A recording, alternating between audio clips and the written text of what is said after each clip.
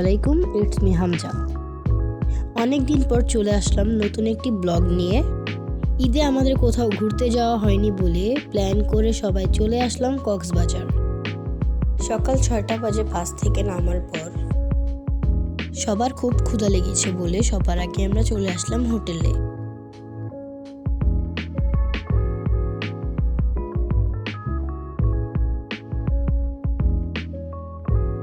হোটেলে আসার পর আমরা আমাদের নাস্তা কমপ্লিট করলাম সকালের।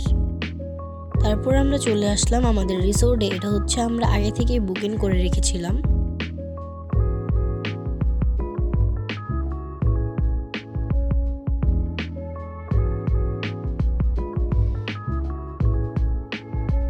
রিসোর্ট থেকে বিচ অনেক সামনে ছিল। রিসোর্টে সবার আগে আমরা আসছিলাম, পরে ভাইয়ারা এসে ভাইয়াদের ব্যাগ রুমে নিচ্ছিল। সবাই একটু রেস্ট নেওয়ার পর আমরা চলে আসলাম বিচে। বিচে অনেক মানুষ ছিল।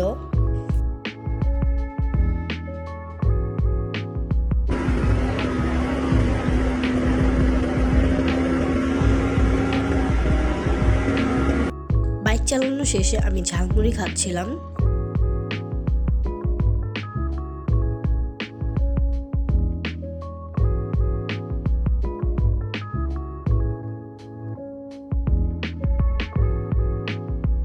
কেমন? খুব ভালো, খুব ভালো। বিচ থেকে এসে ফ্রেশ হয়ে আমরা চলে আসলাম খেতে।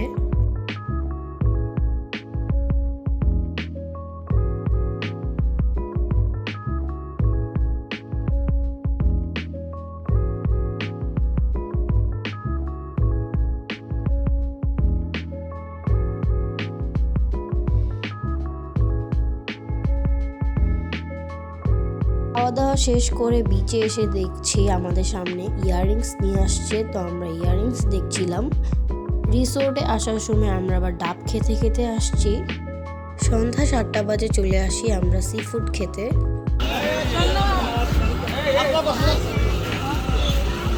আমাদেরকে কি খাওয়াবা? অক্টোপাস। এখানে ভাইয়ারা দামাদামি করছিল।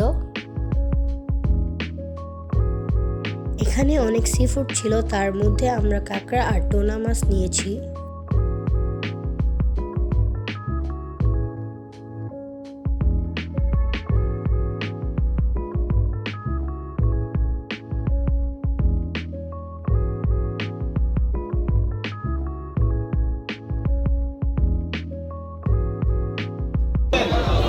ফুপ্পি কি খাইতে চাও? ফুপ্পি কি খাইতে চাও? আমি খাবো টুনা। আম্মু তুমি কি খেতে চাও? কাঁকড়া, তারপর চিংড়ি মাছ, কোরাল মাছ, কোরাল। ফুবা কি খেতে চাও? আমি টুনাই খাবো রে। আমি কাঁকড়া আমি কাতারে ফ্রি খেতে পারি মাংনা। এই সমস্ত কাঁকড়া কাটি লাগা। এই ভাইয়া কি খাইতে চাও? কোরাল সব কাঁকড়া।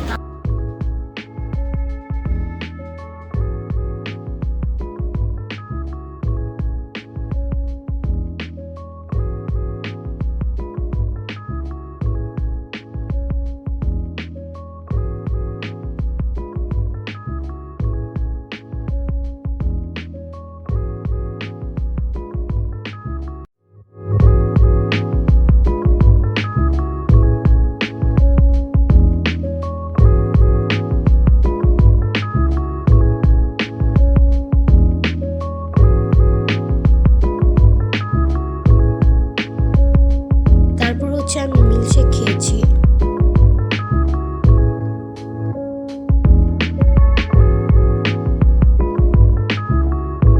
আমরা আবার বিচে আসি। বিচে এসে দেখি ফুপি ফুল